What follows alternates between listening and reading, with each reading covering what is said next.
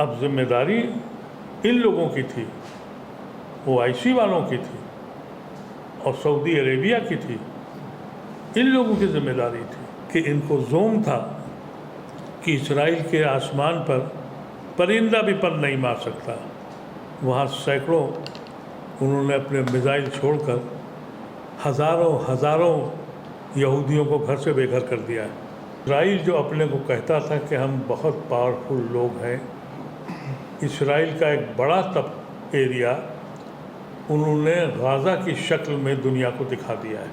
کچھ لوگ یہ کہتے ہیں کہ ایران اپنی لڑائی لڑا، غازہ کی فکر نہیں کی. وہ ناسمجھی کی بات ہے. غازہ میں جو فلسطینی لڑ رہے ہیں وہ اسلحے ایران کے دیے ہوئے ہیں، وہ عرب ممالک کے نہیں دیے ہوئے ہیں. امریکہ اور اس کا ساتھی اسرائیل انہوں نے اس پورے خطے کو غلام بنا کے رکھ لیا تھا، اور یہ وہ اس دھوکے میں تھے کہ ہم نے جو حشر غازہ میں کیا فلسطینیوں کے ساتھ، اور ہم نے جو حشر لبنان میں کیا اور جو سیریا میں کیا، ہم وہی ایران کے ساتھ کریں گے. کہا یہ گیا کہ ہم نیوکلیئر پلانٹ کو ڈسٹرائے کرنے جا رہے ہیں. حقیقت اس کے خلاف ہے. وہ نیوکلیئر پلانٹ ان کو بھی معلوم تھا کہ کوئی بھی ایسا اسلحہ بنانے کے لیے نہیں کی جا رہی ہے، لیکن ان کو رجیم بدلنے کا فکر تھی، اور یہ رجیم بدلنے کے لیے انہوں نے یہ پورا ڈرامہ کیا تھا.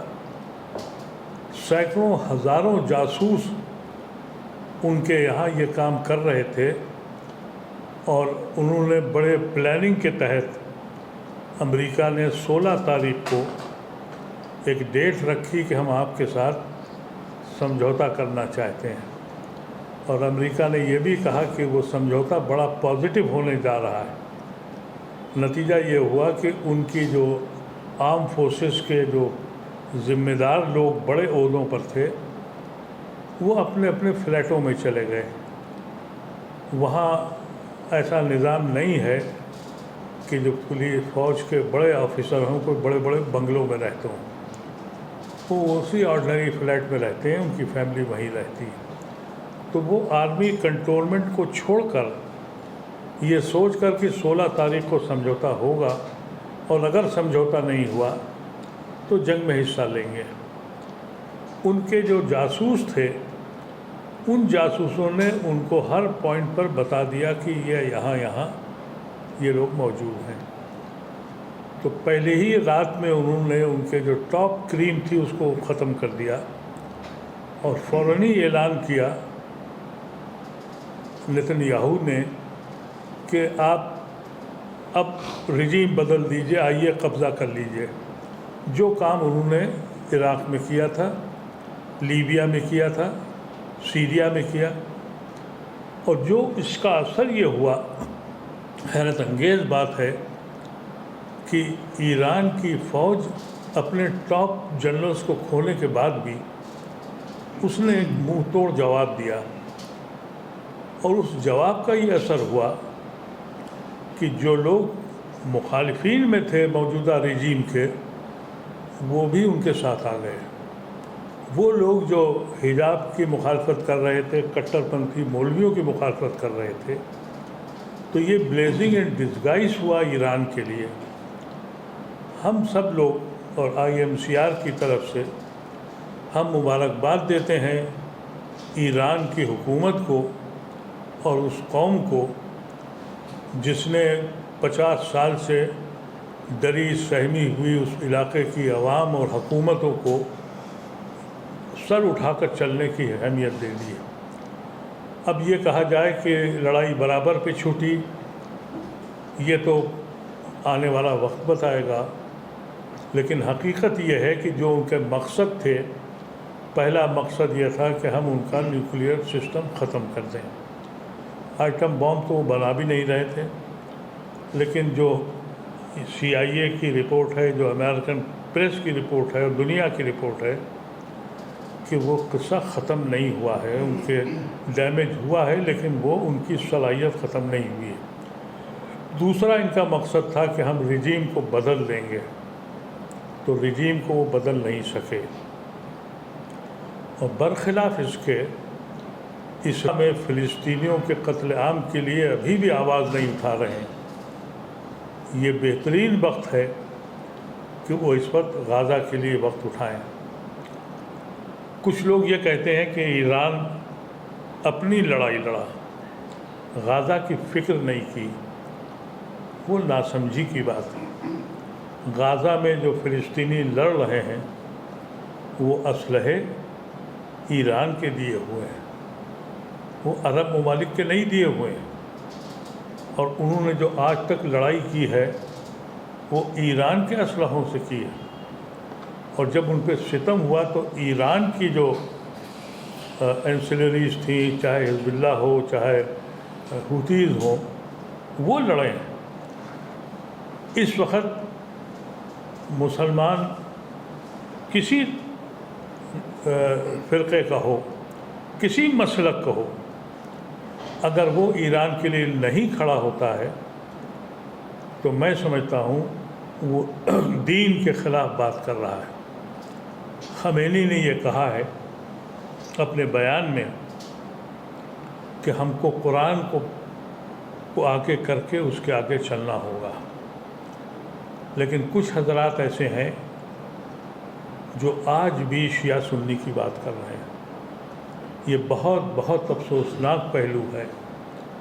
ہم کو چاہیے کہ ہم ہر قیمت پر، پچھلے اتنے سالوں سے ہماری حیثیت دنیا میں صرف یہ رہ گئی کہ یہ ڈرے ہوئے لوگ ہیں اور یہ صرف اور صرف امریکہ سے کی جوتی اٹھاتے ہیں۔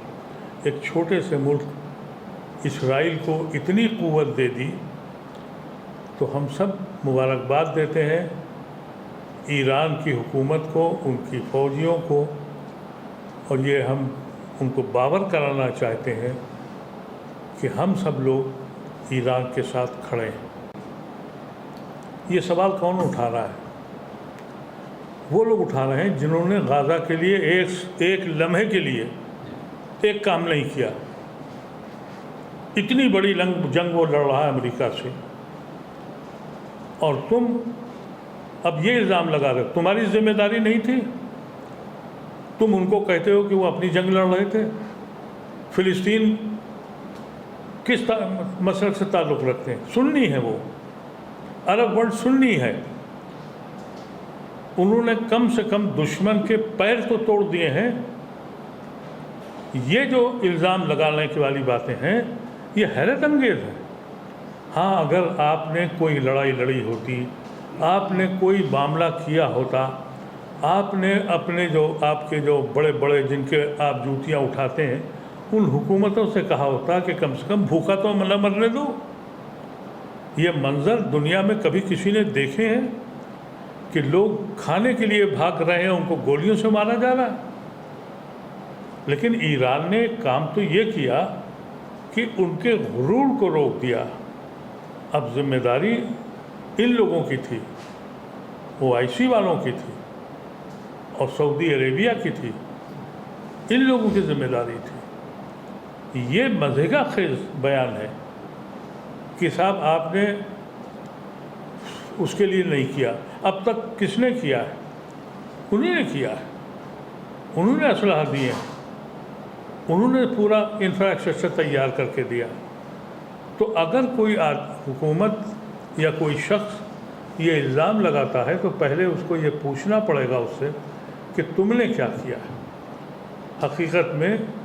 صرف اور صرف، اور دوسری بات یہ، ایران نے کبھی یہ نہیں کہا اس پوری جنگ میں کہ یہ شیعوں کی لڑائی ہے۔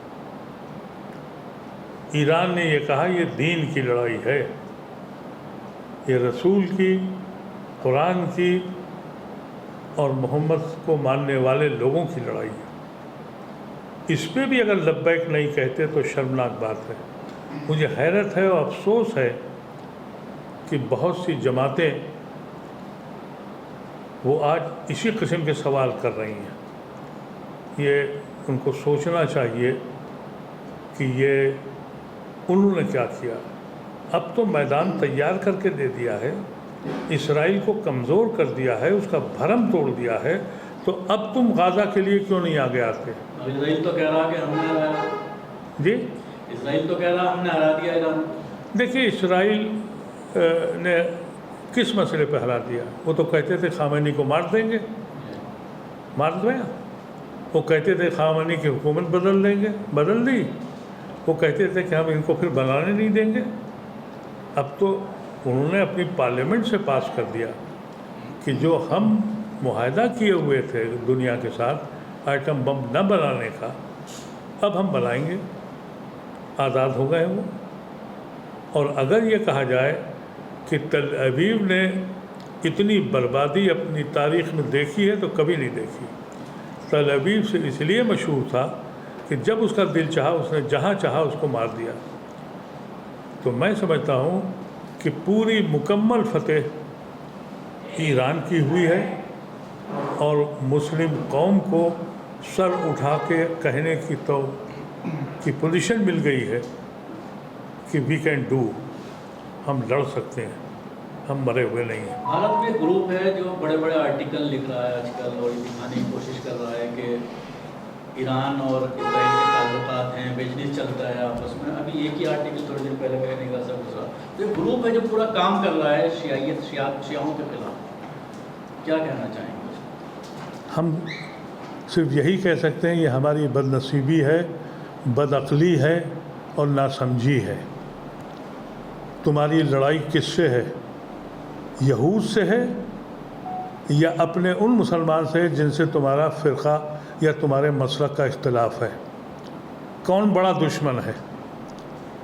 کلمہ گو ہے یا نفرت کرنے والا ہے؟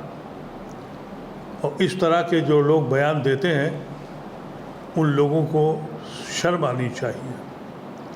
یہ شرم کا مقام ہے۔ ہماری لڑائی اس قوم سے ہے جو ہمارے وجود سے نفرت کرتی ہے۔ تم اس کو چھوڑ کر مسلک کی لڑائی میں ابھی بھی الجھے ہوئے ہو، اور تم میں دم ہوتا، اگر دم ہوتا تم میں تو یہ کارنامہ تم دکھاتے۔ اکثریت میں ہو، دولت کے انبار تمہارے گھر لگے ہیں، اور ان کی خوبی یہ ہے جن کے پاس دولتیں ہیں عرب ورلڈ میں، وہ پیلس بناتے ہیں، بڑے بڑے مال بناتے ہیں، نئے نئے شہر بنا رہے ہیں۔ اور جس ملک کے اوپر 40 سال سے بینڈ لگا ہو وہ خاموشی سے اسلحہ بنا رہا تھا، اور دنیا کو چونکا دیا اس نے۔ اور چونکا دیا اس لیے کہ ان کو زوم تھا کہ اسرائیل کے آسمان پر پرندہ بھی پر نہیں مار سکتا۔ وہاں سینکڑوں انہوں نے اپنے میزائل چھوڑ کر ہزاروں یہودیوں کو گھر سے بے گھر کر دیا ہے۔ ادیب صاحب، آپ نے ابھی ایران کے راجدوت سے ملاقات کی ہے، ظاہر ہے کہ اس ملاقات میں بہت ساری بات چیت ہوئی ہوگی۔ پچھلے دنوں ایران کی طرف سے اور ایران جو انڈین ایمبیسی ہے اس کی طرف سے ایک بیان آیا سامنے، اس میں صاف طور پر بھارت سرکار کا کسی طرح کا کوئی ذکر نہیں کیا۔ تو آپ کس طرح کا سندیش لے کر کے وہاں پہنچے تھے؟ کس طرح کی بات چیت ہوئی آپ کی؟ دیکھیں، ہم ایران کے سفیر کو مبارکباد بھی دینے گئے تھے اور ان کا شکریہ بھی کرنے گئے تھے کہ کم سے کم ہم فخر سے کہہ سکتے ہیں پچھلے 100 سال میں مسلمانوں نے کوئی سائنٹیفک ریسرچ یا کارنامہ نہیں دکھایا۔ انہوں نے ایسے میزائلز بنائے جس کا یورپ کو اندازہ بھی نہیں تھا، تو اس کا ہم مبارکباد دینے گئے تھے ان کو، پہلی بات۔ دوسری بات یہ کہ ہندوستان گورنمنٹ کا رویہ افسوسناک تھا۔ ہمارے سینکڑوں سال کے تعلق تھا ایران سے ہمارا، لیکن ہماری سرکار کا ذاتی تعلق اور دوستی نتنیاہو سے ہے۔ انہوں نے یہ بات ثابت کر دی ہماری سرکار نے کہ ان کی فارن پالیسی بہت غلط تھی، اور آپ کو پتہ ہی ہے کہ اس کے اوپر سونیا گاندھی سے لے کے ہر پولیٹیکل لیڈر نے کہا۔ آج وش گرو دنیا میں کہیں دکھائی نہیں پڑ رہا ہے، کہیں ان کا نام نہیں ہے۔